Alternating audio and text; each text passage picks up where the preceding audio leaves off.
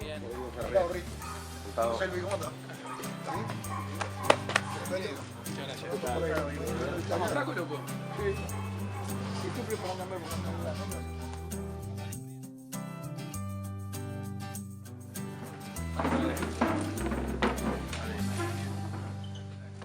Oportunidades para intercambiar de muchos temas, desde lo nacional a lo internacional.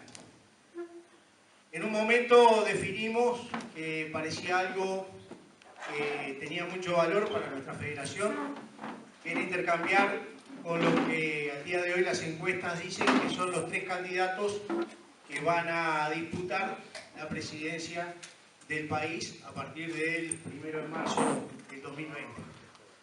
Dijimos, o decidimos, mejor dicho, como federación, la invitación del ingeniero Daniel Martínez, del economista Ernesto Talvi y del doctor Luis Lacalle Pou, no en ese orden definido por federación, sino que la agenda de cada uno de los candidatos implicó elegir y hacer elección de la fecha que les quedaba mejor, producto de la agenda. Además, el candidato se ha adelantado un poco, son un poco antes de las 16 horas, porque tiene que estar en Durazno a las 18, si no me equivoco, por la información que nos dieron, 18:30, por lo tanto, vamos a dar inicio a la actividad sin mucho protocolo para que tanto el candidato como su equipo, distintos representantes en materia laboral, social y económica van a estar dando su visión, puedan comenzar a partir de ahora a intercambiar con nosotros en base a las preguntas que le hicimos a los candidatos que eran anteriormente en la federación. Y bueno, y con esta actividad del día de hoy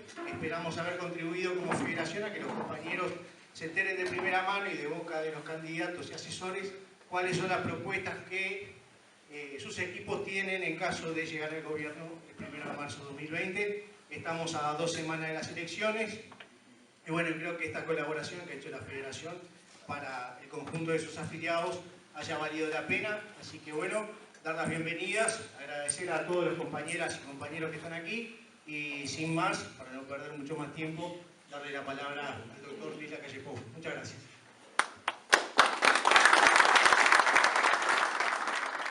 De diálogo y de trabajo, en este caso, Richard Reed va conociendo la actividad de determinados sindicatos. Y uno trata de relacionarse en el acuerdo o en la discrepancia con respeto con la gente. Y a mí no me duelen prendas en decir que si bien provenimos de distintas filosofías e ideologías políticas, con Richard Reed hemos generado una relación de respeto y afecto. Y para nosotros es muy importante, los que aspiramos a ser gobierno, tener sindicalistas, tener grupos en los cuales en los acuerdos va a ser simple y en las tensiones que van a haber tengamos la oportunidad de diálogo.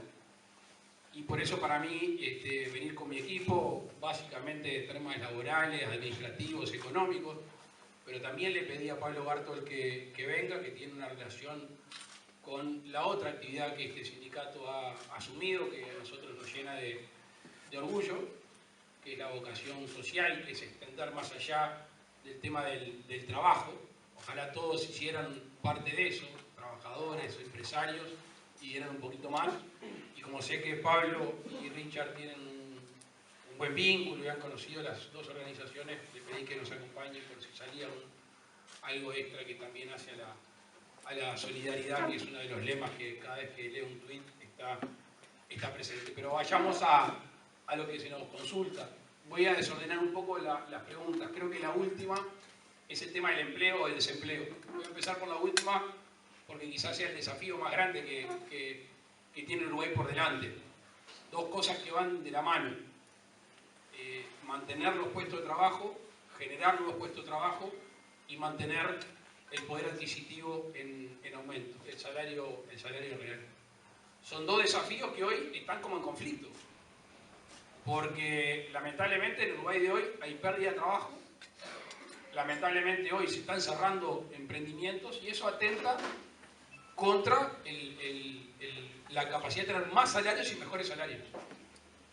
Y por eso para nosotros va a ser fundamental la capacidad que tengamos de ver el sistema productivo, ver el sistema laboral, como se dice comúnmente, 360, en todo su aspecto y su ámbito. Cuando uno ve que el desempleo va muy atado a la falta de inversión, o cuando se frena la inversión. Y vayamos a las causas de ese freno en la inversión. Vamos a hablar primero de la grande, la que estuvo llegando, la de afuera, pero vamos a hablar de la mediana y pequeña, que es la que sostiene la economía nacional. La inversión extranjera directa en América Latina empezó a ceder en toda América Latina, pero se dio más en algunos países. Uruguay hace 5 o 6 años tuvo casi una década de ser de los países más importantes porcentualmente de la inversión extranjera directa. Obviamente que hay un problema que nosotros no podemos manejar cuando sos tomador de precios. Nosotros no podemos ir a protestar que nos cobren más la soja, que nos cobren más que nos paguen más la soja, que nos paguen más la carne, que nos paguen más otros productos. De eso ahí tenemos al final de la cadena un rol para jugar, que es el tema de los aranceles que paga el país. En Uruguay paga en el mundo 270, 270 y pico millones de dólares de aranceles. Ahí tenemos una tarea. Y voy a poner un ejemplo puntual. El ejemplo arrocero. El ejemplo arrocero, hoy tenemos un 30% de cosecha, pero mucha de la exportación que está saliendo arroz con cáscara. ¿Por qué sale arroz con cáscara? Y bueno, entre otras cosas por lo que está costando de alguna manera industrializar, agregarle valor a los productos. Y después el arroz en Perú. Y ahí estamos hablando directamente de los aranceles. Uruguay, creo que Perú es el segundo comprador nuestro arrocero. Si no pegan el palo. Lo exportamos con aranceles. Nosotros tenemos un acuerdo de complementación económica. Perfectamente podríamos negociar para vender más ahí.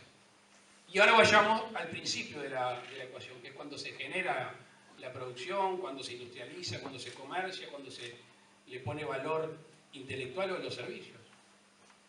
Y ahí tenemos una suma de elementos que hacen a cualquier actividad económica, que es el costo del personal, el costo de los impuestos, el costo de las tarifas y costos agregados.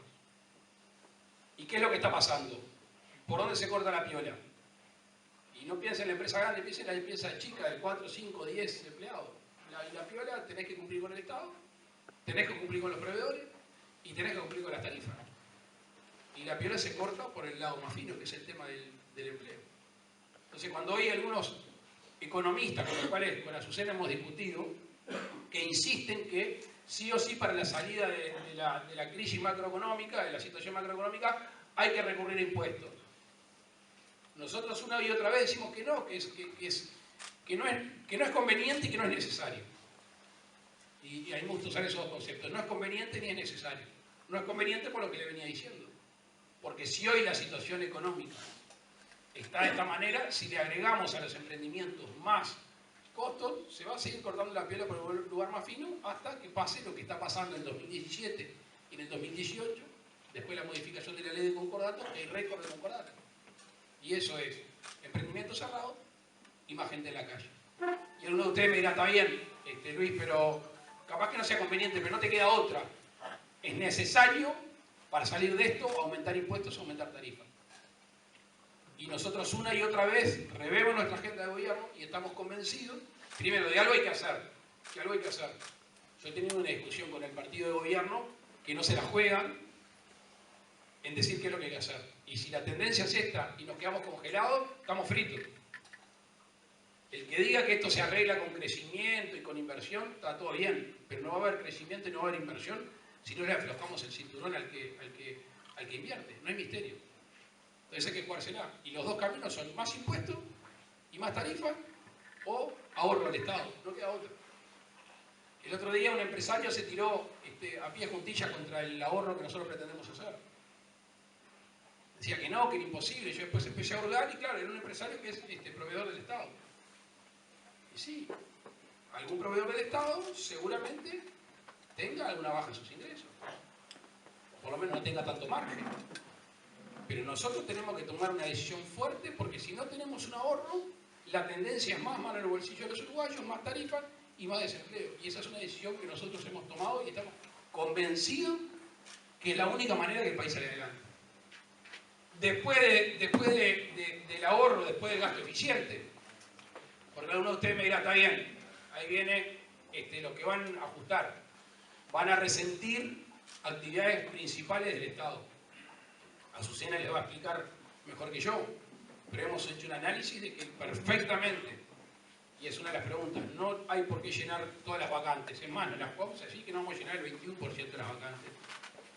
Y no se resiente ninguna actividad esencial del país, ni la salud, ni la educación, ni la seguridad, ni ninguna otra actividad esencial del país. Porque cuando uno va a los números de las vacantes, el 57% de ellas son, corregime si en un momento me paso los números, el 57% de ellas son de la actividad esencial del Estado, y otras no son. Otras son a veces duplicación de funciones y otras cosas que, bueno, el Estado se va a tener que arreglar para cumplirlas bien.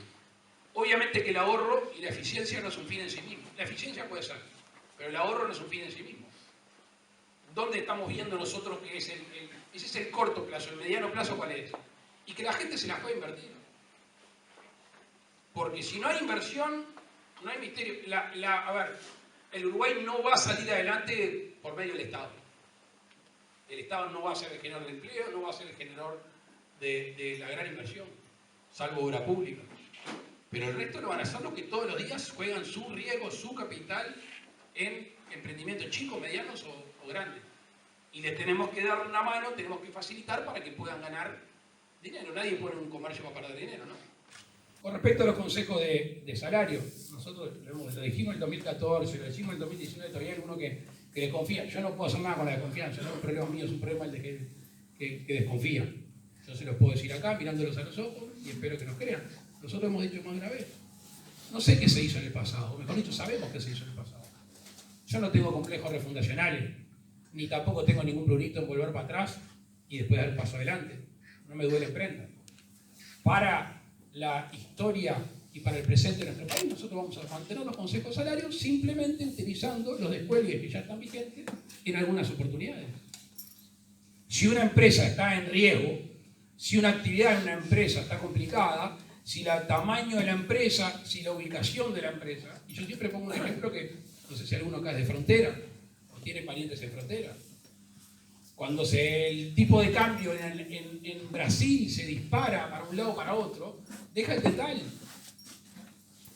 Y deja el tendal y cierra el emprendimiento. Acá hay dos vecinos de Tacuarembó que van a escuchar. Hasta en Tacuarembó el precio con Brasil a 100 y pico kilómetros termina perjudicando. Entonces ahí tenemos que tener la suficiente cintura para que los consejos salarios sean sostenibles. Y ese es uno de los compromisos que nosotros tenemos. En cuanto a los cambios en la ley de negociación colectiva, ahora Mario va a profundizar un poco más. Con el tema de las ocupaciones, a mí me gusta que la gente con tiempo sepa a qué atenerse. Yo no soy partidario de las ocupaciones. No soy partidario de las ocupaciones cuando de alguna manera lo que sucede es que se le prohíbe al dueño de la propiedad gozar de la propiedad y a los que quieren trabajar, trabajar. El otro día andaba en la vuelta una foto del Xi'an. Yo conozco un emprendimiento en la ruta, cerca de la ruta 36, con el Tirrey en Isla, Tripería. 20 que no querían laburar y 200 que quieren trabajar. Entonces nosotros no somos partidarios de las ocupaciones, ya lo hemos dicho más de una vez. Obviamente que en esto sí, seguramente no estemos de acuerdo. Algunos dicen, cosa que yo pongo en tela de juicio, depende del sindicato, que es la última medida. Bueno, muchas veces yo he visto que no es la última medida que aplican algunos sindicatos. Con respecto al tema tributario, capaz que dejo a Pía y a Azucena, pero el adelanto es el siguiente. Si yo hoy me comprometo que le voy a bajar el IRPF, les estoy mintiendo. Porque el horno no está para bollo, porque el IRPF recauda 3 o 4 veces más de lo que fue previsto, y es uno de los sostén más importantes de los ingresos del Estado, uno de los importantes. Entonces, ¿cuál es la cabeza nuestra? Y la cabeza nuestra en dos sentidos. Primero, naturalmente la franja más baja del IRPF no es gente que esté holgada, es gente que tenga capacidad de ahorro. Cuando uno ve el precio de la canasta básica y ve la franja mínima del IRPF, notoriamente está lejos de ser alguien que tenga una capacidad adquisitiva holgada. En ese sentido, los esfuerzos que uno tendería a hacer, que no se los quiero comprometer porque tenemos que estar ahí y ver cómo podemos poner la maquinaria a andar de otra manera, es que la franja más baja no pague. Y después conceptualmente es que realmente sea un impuesto a la renta neta y no a la renta bruta. O sea que exista posibilidad de más deducciones en lo que hace a descontarle al ingreso. Pero comprometer hoy que vamos a pagar el IRPF no quiero hacer porque no me gusta mentir. Por ahora en principio y después capaz que alguna otra cosa más, Mario, si te parece. Bueno, muchas gracias Richard, muchas gracias Ferreira. Retomando un poquito lo que decía Luis, y en este sindicato que lo conozco bastante, lo puedo decir en forma clara. Nuestro programa de gobierno se llama Relaciones Laborales Colaborativas. ¿Por qué? Porque Uruguay tiene relaciones laborales confrontativas y así está catalogado. ¿Y cuándo nos damos cuenta que hay relaciones laborales colaborativas? Como decía Luis, leyendo los laudos y los convenios que celebran los diferentes sindicatos. Si uno lee el convenio de la bebida, va a encontrar una cantidad de cosas que de eso se desprende porque realmente hubo una colaboración, un entendimiento. Por lo general, nuestra postura es tratar de cambiar reivindico, negocio, conflicto por reivindico, negocio y me entiendo. El reivindico, negocio, me entiendo tiene que ser la regla. Lo otro, que no lo vamos, obviamente siempre va a haber conflictos y lo tenemos que administrar, debe estar en segundo lugar. Y en base a eso es que tratamos de inspirarnos en las relaciones laborales modernas y en lo que se viene de desafío del mundo del trabajo. Yendo un poquito a la negociación colectiva y siguiendo esta premisa fundamental, la negociación colectiva no puede ser consecuencia de un conflicto o circunscribirse solamente al ámbito de los consejos de salarios. Y el resto del año y el resto de los meses, ¿qué hacemos? Porque el mundo del trabajo cambia continuamente. Por lo tanto, tenemos que fomentar mucho más la negociación colectiva. Y la debemos fomentar no solamente en referencia al tiempo, ¿no?, sino también al propio contenido de la negociación colectiva, porque es un instrumento espectacular para solucionar en forma diaria los cambios que vienen sucediendo en la empresa. Entonces, cuando uno habla muchas veces de los consejos de salarios, solamente me circunscribo a salarios o determinados beneficios, pero también sería bueno hablar de formación profesional, tan importante en el mundo de hoy, o de la incorporación tecnológica que me desplaza quizás puesto de trabajo. Y no hay convenios colectivos que hablen de incorporación tecnológica, son muy poquitos los que hablan de formación profesional. El tema de la productividad no es un cupo, acá lo podemos decir, acá hay un ejemplo de productividad. El tema de los tiempos de trabajo, la jornada de trabajo, en otros lugares no se puede hablar, acá se puede hablar, cosa que es verdad. En definitiva, lo que quiero decir es que las relaciones laborales, si bien el ámbito clave, como dijo Luis, por 10ª vez, 1000 veces, los consejos salarios serán convocados, las relaciones laborales no terminan en los consejos salarios, sino terminan, en todo caso, en profundizar los tiempos en la negociación colectiva y el contenido de la negociación colectiva. En los consejos de salarios, me parece muy importante esto que decimos de crear un grupo asesor técnico permanente, porque en definitiva, sin crear mucha burocracia, sin institucionalizar mucho, se trata de un grupo que lo que va a estudiar de forma permanente es la evaluación y la situación económica de cada sector de actividad, tener datos de cómo evoluciona cada sector de actividad, cosa de que después, cuando se desarrollen los consejos de salarios o la negociación colectiva de determinado sector o de determinada empresa, hayan datos acabados, que no se discutan y profesionalicen esa negociación salarial.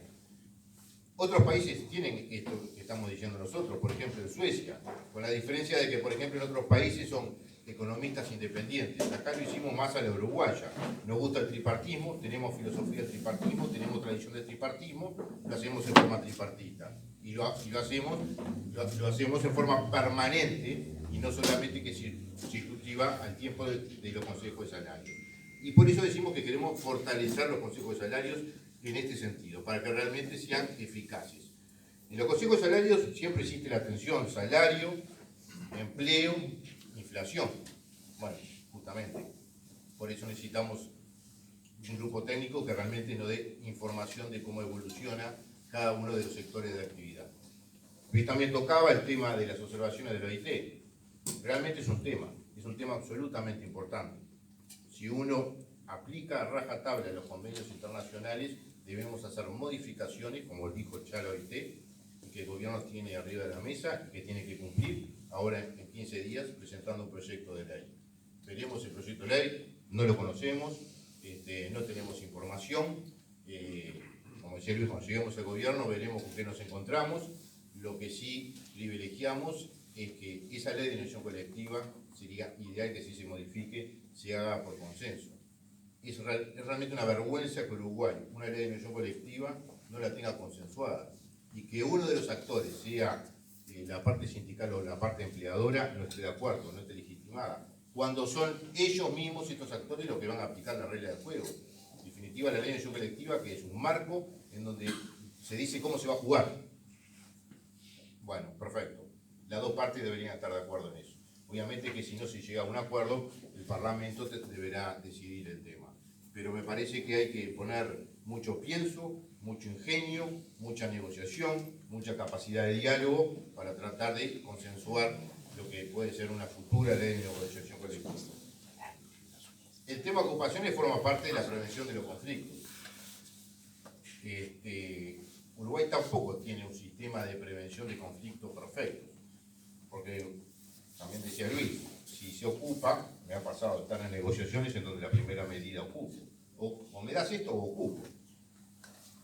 Y las empresas ahí lo que hacen es una ecuación económica. Bueno, si me ocupa yo pierdo tanta plata, si no me ocupa, no puede ser, eso realmente no puede ser. Hay un sistema de prevención de conflictos, ¿tá?, que tiene que tener, obviamente, resuelto por las partes, pero que tiene que tener una consecuencia. Si yo lo violo, esa violación tiene que tener una consecuencia, porque si no, no tiene sentido, si no, es engañamos. Tema de prevención de conflictos. Otra pregunta era el salario mínimo nacional. El salario mínimo nacional lo vamos a seguir aumentando en forma periódica, como dice el convenio 131, lo vamos a hacer en consulta con el Consejo Superior Tripartito, órgano de gobernanza y político de las relaciones laborales. Gracias a una ley que se aprobó en el año 2004, permitió que a partir de ese año se pueda ir incrementando el salario mínimo nacional, porque se desvinculó de las contribuciones, de la base de prestaciones de contribuciones de la Seguridad Social, o sea que yo puedo aumentar el salario mínimo de forma prudente, tomando en cuenta factores económicos y empleo, pero no me genera un costo en cuanto al Estado, en cuanto a las prestaciones del BPS. En definitiva, el compromiso es seguir aumentándolo, tomando en cuenta los factores económicos y tomando en cuenta el empleo, que realmente estamos en una situación complicada de empleo. Complicado en dos sentidos. Primero, por el número de desempleados. Hoy tenemos 168.000 desempleados y tenemos 142.000 subempleados. Realmente estamos como hace 12 años atrás. La razón es, la puede explicar Azucena, pero fundamentalmente es un orden económico y una falta de competitividad. Pero también lo que preocupa, además del alto desempleo, es un déficit de formación. Hay realmente un déficit de formación. Por eso yo insisto que los convenios colectivos es bueno que se incorpore el tema formación profesional y que no quede solamente en el INDEFOP. Solamente los funcionarios y los trabajadores de una empresa saben lo que necesitan, saben cuál va a ser la consecuencia de determinada incorporación tecnológica, en qué se tienen que capacitar. Y para eso justamente, vuelvo a repetir, lo voy a repetir hasta el cansancio, que la negociación colectiva es un buen instrumento. Los cambios tecnológicos van a traer, ¿qué sabemos los cambios tecnológicos? Que van a crear y destruir puestos de trabajo. Que se va a aumentar la brecha entre los puestos de trabajo con mayor conocimiento y aquellos puestos de trabajo que no requieren mucho conocimiento, que son más fáciles de automatizar, van a ser menores. Esa brecha va a ir creciendo, porque así está pasando en el mundo. Además de traer otras complejidades, porque todo lo que es tecnología muchas veces se hace por cuenta propia. Y nosotros no estamos acostumbrados a muchos trabajadores que realizan su tarea por cuenta propia. Estamos acostumbrados al trabajador asalariado, al trabajador totalmente dependiente de la empresa, con determinado horario. Bueno, esos son los cambios que nos enfrentamos. Y esos son los cambios que tenemos que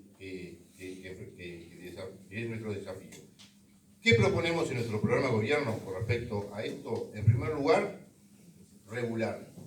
Se necesitan leyes para regular este tipo de cambios tecnológicos, por lo tanto proponemos regular el teletrabajo. En segundo lugar, crear un observatorio que tenga como consecuencia diseñar programas de reconversión laboral para aquellos trabajadores que se encuentran desplazados o amenazados por tecnología.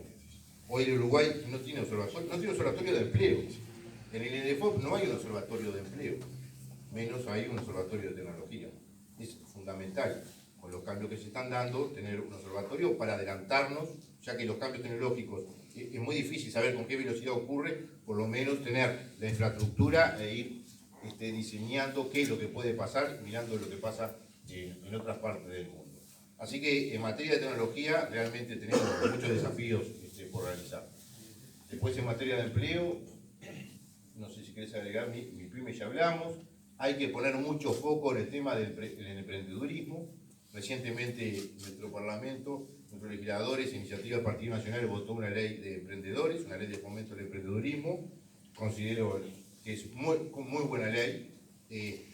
Pone foco en la persona que tiene capacidad de crear, le establece un financiamiento colectivo, que los problemas que tiene el emprendedor es que muchas veces tiene una buena idea, pero le falta formación en gestión o le falta dinero. Bueno, aquí se crea un financiamiento colectivo, todo a través de la web. Me parece que es un proyecto que va a tener mucho que ver. Y luego, otra de las cuestiones, y siguiendo con el tema de formación, el tema de la educación, la formación dual, que se pueda combinar el trabajo en el centro de trabajo con el aprendizaje teórico. Países como Alemania han sido muy exitosos en eso. Y bueno, por lo tanto, ¿qué quiero decir con todo esto? Que tenemos que invertir en conocimiento, invertir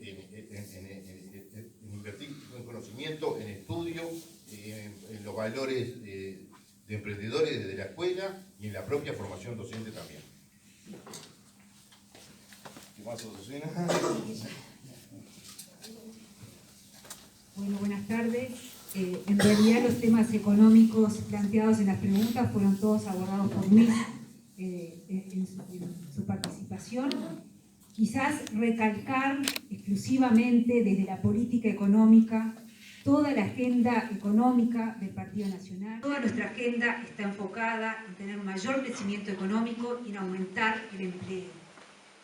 El mayor problema que hoy visualizamos en materia económica, desde lo económico, ¿verdad? Obviamente que el problema es para los trabajadores, pero desde lo económico, el mayor problema que visualizamos, el gran fracaso de la política económica actual, es la destrucción de puestos de trabajo. Y en ese sentido es que focalizamos todas las medidas para aumentar el empleo. Ahí, en primer lugar, los motivos que decía Luis, por qué ha bajado la inversión desde el 2015 hasta ahora, hemos tenido una caída en la inversión, desde el 2014 hasta ahora tenemos más de 50.000 puestos de trabajo menos. Bueno, ¿cuál es la causa que está detrás de eso? Una falta de competitividad que afecta a todos los sectores. Y detrás de esa falta de competitividad hay un gobierno, un Estado que ha estado gastando por encima de sus posibilidades y ahogando a los emprendimientos, a las empresas, y cuando decimos empresas nos referimos básicamente a las micro, pequeñas y medianas empresas, que son las que ocupan las 2/3 partes de las personas en el sector privado. Esto es como que tenemos en una empresa un socio oneroso que absorbe una cantidad de recursos, que es el Estado, absorbe recursos a través de tarifas públicas altas, más altas que la región, a través de impuestos altos, y no nos da a cambio buena seguridad, buena infraestructura. No es un socio bueno para tener en la empresa, es un socio que termina afectando el empleo que puede generar esa empresa. Y desde el punto de vista de la familia, bueno, es como que en nuestras casas tenemos que alimentar a nuestra familia, mantener a la familia y a un invitado de piedra más, que es ese Estado. Por eso, la corrección en la conducta del Estado tiene que empezar con el ahorro del propio Estado. Y como decía Luis, en esto hemos sido bien claros. La solución para mejorar el resultado fiscal no puede ir por el aumento de impuestos. Aumentar impuestos va a producir un mayor estancamiento en una economía que ya se está reflejando en destrucción de puestos de trabajo, en caída de la inversión. Y por eso nuestro camino para dar más oxígeno a las empresas, para generar empleo, es que el Estado se mire a sí mismo y diga cómo puedo hacer lo que estoy haciendo de forma mejor, cómo puedo generar ahorros. Ahorros que no resienten en absolutamente nada las políticas sociales en curso. Es importante considerar eso. Por el contrario, necesitamos una conducta fiscal, un gobierno ordenado y responsable que permita que las políticas sociales se mantengan a lo largo del tiempo y que sean independientes del ciclo económico. La economía crece más, crece menos, tenemos ciclos económicos. Y no pueden estar las políticas sociales en función bailando con el ciclo económico. Eso es lo más importante desde el punto de vista fiscal. Apoyar a los sectores más vulnerables con las políticas sociales. El primer paso entonces para aumentar el empleo es lograr una mejora de competitividad con un resultado fiscal mejor que lo logramos con más ahorros. Me quedó larga la cadena de razonamiento, pero así es. Y el segundo paso, que estoy pensando en términos de nuestra agenda, el segundo capítulo, es poner en marcha una serie de reformas estructurales que tienen que ver con empresas públicas bien gestionadas. Queremos empresas públicas fuertes, funcionando bien, que estén bien gestionadas y que puedan traducirse en menores tarifas públicas. No queremos tarifas públicas que estén financiando el agujero fiscal. Queremos unidades reguladoras que aconsejen sobre cuáles tienen que ser los aumentos de las tarifas públicas. Y tenemos ahí toda una agenda que se refiere a gestión y gobernanza de las empresas públicas. Tenemos una agenda que se refiere a relaciones laborales más colaborativas, como indicaba Mario. Tenemos una agenda donde hacemos especial hincapié, con Pía hemos analizado este tema, que es a las micro, pequeñas y medianas empresas, que tendrían que ser el foco de la política económica. Hay temas tributarios, nuestro único compromiso tributario en blanco y negro en la agenda es con las micro, pequeñas y medianas empresas. Y ahí modificamos el régimen de manera de, en vez de pagar un impuesto fijo, que tributen las empresas de acuerdo a lo facturado. También es importante que estas pequeñas empresas, las MIPYMES, estén consideradas en los acuerdos internacionales y que tengan el apoyo para poder tener un mercado más grande que es el resto del mundo. Esto me lleva a otro de los elementos importantes de los lineamientos estructurales que tienen que ver con una agenda de inserción internacional más activa. Lo mencionaba Luis, hoy pagamos 270 millones de dólares en aranceles en el año. Tenemos que trabajar para tener más mercados, tener más productos que exportamos y que estos productos entren en condiciones más favorables. Bueno, creo que por ahí va lo que es los grandes lineamientos. No sé si algún tema económico. El IRPF. Sabemos que es un impuesto que le pesa mucho a las familias, pero la verdad es que el desequilibrio de las cuentas públicas que tenemos actualmente y que va a dejar este gobierno nos hace imposible asumir este compromiso. Creemos que vamos a bajar el IRPF en el corto plazo. Realmente les estaríamos mintiendo debido a la situación de desequilibrio fiscal que nos encontramos. Es decir, que el tema de la pobreza este año ha sido, a diferencia de otros años, como el tema centro para el otorgamiento del premio Nobel. Tuve la oportunidad en el 2012 de empezar a seguir, sobre todo a Esther Duflo, esta chica francesa, realmente que es un bocho tremendo. Y de ahí me llamó mucho la atención toda una línea de investigación y una serie de ponencias que fue haciendo y trabajos que fue publicando sobre lo que ella llama las trampas de la pobreza. Es decir, cuando uno cae en una situación de pobreza extrema, salir a veces no es el mismo camino de caída que de salida, porque hay una serie de elementos que se llaman las trampas de la pobreza.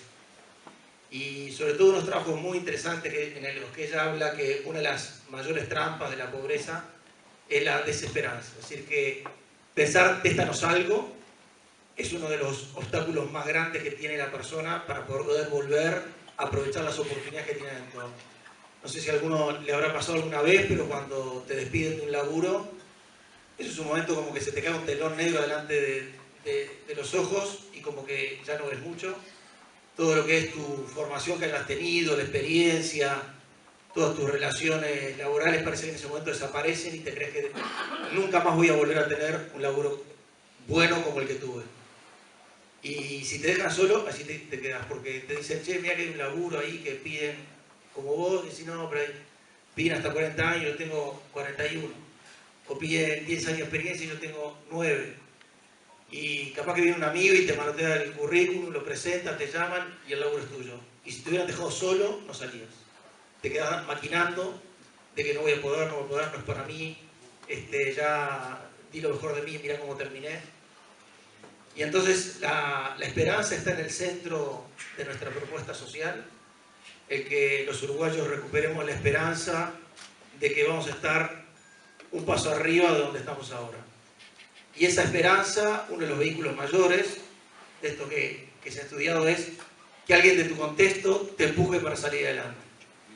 En ese sentido, todos los proyectos educativos de FOER, si yo le veo una gran virtud, es esa capacidad que tienen de empujar a los gurises y a los muchachos más grandes, y sobre todo ahora con el nuevo proyecto que tienen de atender a los privados de libertad, o mejor dicho, a los que ya acaban de salir, que es sobre todo sí darles una capacitación, pero a través de esa capacitación darles ese impulso que a veces uno necesita en ese momento de shock en el que se siente mal, en el que siente que estoy perdido, o que de esta no salgo, o que ya no soy tan bueno como era antes, estoy más veterano, o estoy más lento de lo que era antes, y entonces es difícil que me van a contratar, ya no tengo la labia, los que estén en, me imagino que acá habrá algunos del sector venta, del sector comercial de la empresa, y capaz que ya no tengo la labia, los contactos, ya me quemé en algún lado porque alguna me mandé y ya me van a cerrar las puertas, y uno se maquina en contra, y hay oportunidades que están ahí, que otros las empiezan a aprovechar y uno no las aprovecha.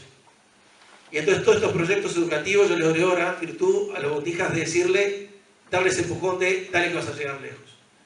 Y esto que hayan empezado incluso con robótica, con gurises de contextos vulnerables, diciéndole, no, mirá, tomá la pelota y juega solo a la pelota. No, no, no. Apostando a ese desarrollo un poco que decía Luis, de esa persona que está en un país manejando una máquina que está en otro país. Y lo que tenemos que pensar es cómo hacemos para que sean no una alemana, sino los gurises que están en Casaballe, que están en Paysatú, que están en Pan de Azúcar, en Minas, en cada uno de los lugares donde vamos a formar, lograr que se convenzan que es para vos ese laburo. Y que vos tenés que esforzarte porque ese laburo te está esperando a vos. No le está esperando a una alemana, a un coreano o a un francés. Te está esperando a vos. Y por eso ese es el centro de nuestra propuesta, pero para eso todos los proyectos colectivos son los que más empujan. Centros educativos como los de ustedes, pero todos los proyectos de barrio. Tacuarembó, si conocen, tiene una tradición lindísima de lo que se llama Centro de Barrio I7, que es para empujar. Me tocó ir a visitar uno donde estaba el presidente de la Asociación Civil, el secretario, trepados arriba de un andamio, terminando de fretachar el frente de un local que acaban de terminar para enseñar peluquería a unas gurisas del barrio, que no eran las hijas de ellos, eran gurisas del barrio, que estaban voluntariamente haciendo eso y me mostraban con una ilusión enorme las distintas canillas, los dispositivos que tenían, la parte de adentro también. Yo la verdad que entendía poco, pero les veía, lo que me gustaba era la ilusión con la que lo decían. Cómo veían a esas gurisas saliendo adelante a través de un oficio que ellos iban a enseñar en ese lugar comunitario, llevado por los vecinos, gestionado por los vecinos, que había todo tipo de cosas deportivas, a estas cosas más laborales, de capacitación. Y yo creo que por ahí es donde vamos a ir nosotros. Nosotros hemos dicho, vamos a ayudar a los que ayudan. Porque esos son los que tienen mayor capacidad de tirar para arriba y sacar gente de adelante. El que ayuda a otro, como es parecido al que va a ser ayudado, convence mucho más. A mí me convence que el que me dice, dale, vamos a ir adelante, es uno que sea parecido a mí. A veces digo que a mí me joroban, y hoy de mañana en la radio me jorobaron, y Luis dice que tienen razón, con el tema del sobrepeso. Entonces, claro, a veces cuando trato de bajar un poco, algunos tenemos el problema, ¿no? Cuando trato de bajar un poco salgo a caminar. Y claro, si te pasa corriendo una gurisa así como balazo, la mirás y te entregás. Y dice, no, ¿qué va a poner? ¿No? Pero si pasa una gordita y dice, no, pará, acá vamos a meter pata y vamos a... No, esta no me puede pasar. Es decir, cuando él quiere ser parecido a mí y está un paso adelante o la pelea mucho más. La otra vez una señora en un barrio hablando de esto me decía, yo veo una vecina que tiene un problema en una pierna y renguea como loca. Claro, cuando la veo tempranito salir con esa pierna rengueando para la parada, a mí me hace decir, no puedo estar acá diciendo pobrecita de mí, no, y a mí la vida no me sonríe, o qué mal que la voy llevando, sino que ahí aprieto los dientes y meto con todo. Y eso es lo que creo que tenemos que hacer todos en nuestro entorno, y Y por eso nos vamos a apoyar en cada una de las organizaciones sociales y de cualquier naturaleza que están ayudando a alguien en otro lugar. Para que sientan que ahí está presente el Estado. Hemos dicho, el lema del MIDE, si es que nos toca hacer gobierno, hacer el MIDE sos vos. No esperes que venga el Estado de algún lado, no, en este barrio, Instrucciones y Mendoza, o en donde sea que quieran estar presentes, el MIDE es ahí, vas a ser vos, y ahí vamos a estar para ayudarte a vos, para que vos empuje mucha gente, porque es mucho más útil que seas vos, a que venga gente muy formada, muy buena, que estudia en la universidad, pero de otro contexto, y le va a hablar ahí, a querer empujar, y los otros van a mirar y decir, y vos no pasaste la que pasé yo.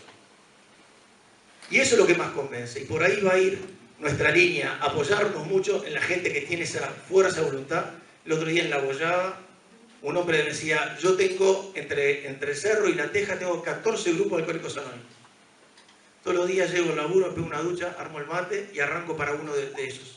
Y es lo que me llena la vida, salir de laburo para poder ir a uno de esos grupos, porque yo fui alcohólico, logré salir y zafar de esta enfermedad, y mi gran pasión hoy es que mucha más gente logre salir de esto.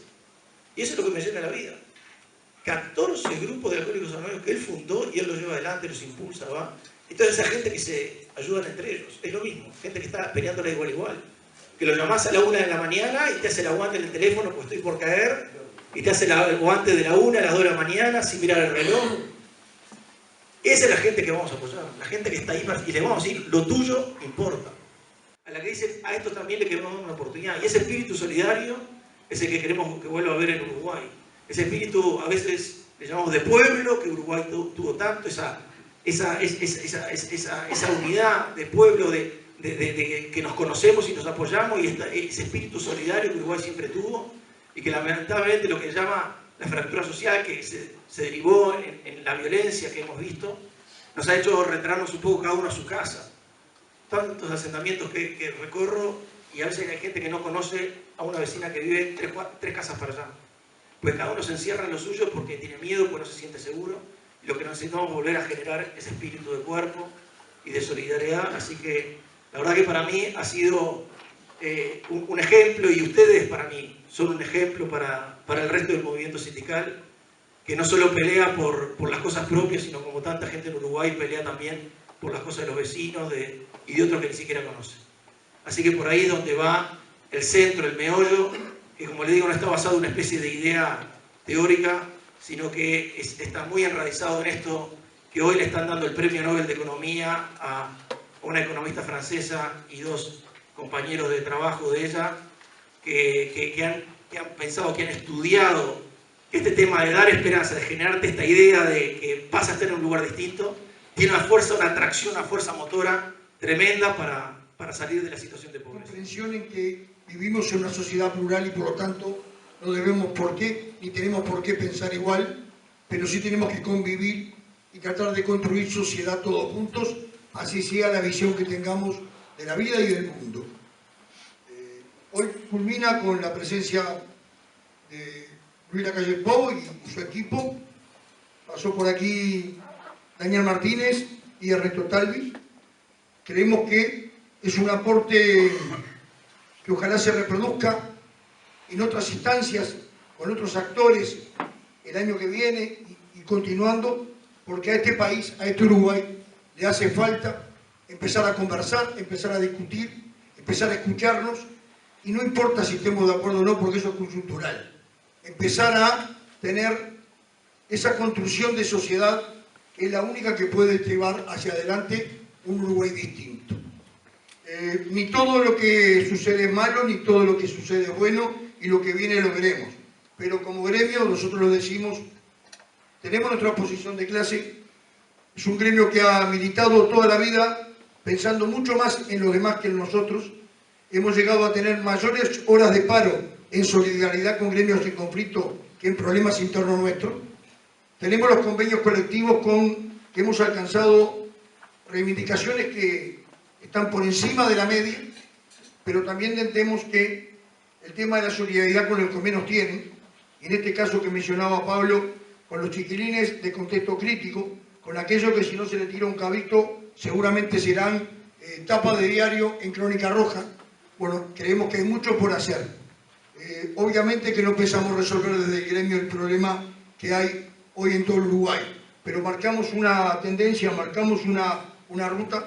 Fernando Ferreira, nuestro compañero presidente del gremio, ha insistido desde mucho tiempo, desde el tiempo de la propuesta del Liceo Obrero, de que los gremios deberían involucrarse en el tema de educación. En el tema de educación, permanentemente, en el tema formación, capacitación, porque en definitiva, bueno, es parte de la vida de un sindicato. El sindicato no solamente es salario y empleo, tiene muchas cosas para discutir y para aportar. Desde mi punto de vista y por mi parte, el reconocimiento y el agradecimiento por la aceptación. Inmediatamente cuando a Luis le dije que estábamos en esta tarea, la aceptación a venir. El número de compañeros es el número normal, en el horario de las 16 horas, estamos trabajando todos. Y bueno, y dentro de 2 semanas la sociedad uruguaya volverá una vez más a hacer uso de algo tan brillante, tan fantástico, que hay que valorar muchísimo y nutrirla, que es un hecho democrático, que es la elección. Con el tiempo se ha como, no digo desvirtuado, pero no se le da el valor que tiene. Nosotros, la generación mía, que supimos saber lo que era dictadura y lo que no tener una urna cerca, bueno, la valoramos y la valoramos mucho. Por eso nuestro aporte, que cada uno luego haga su razonamiento, su análisis, sus conclusiones y que libremente vote a quien le parezca mejor. Pero me parece que la democracia se construye desde la diversidad y no de la unanimidad. Gracias, por mi parte, señor Parlando.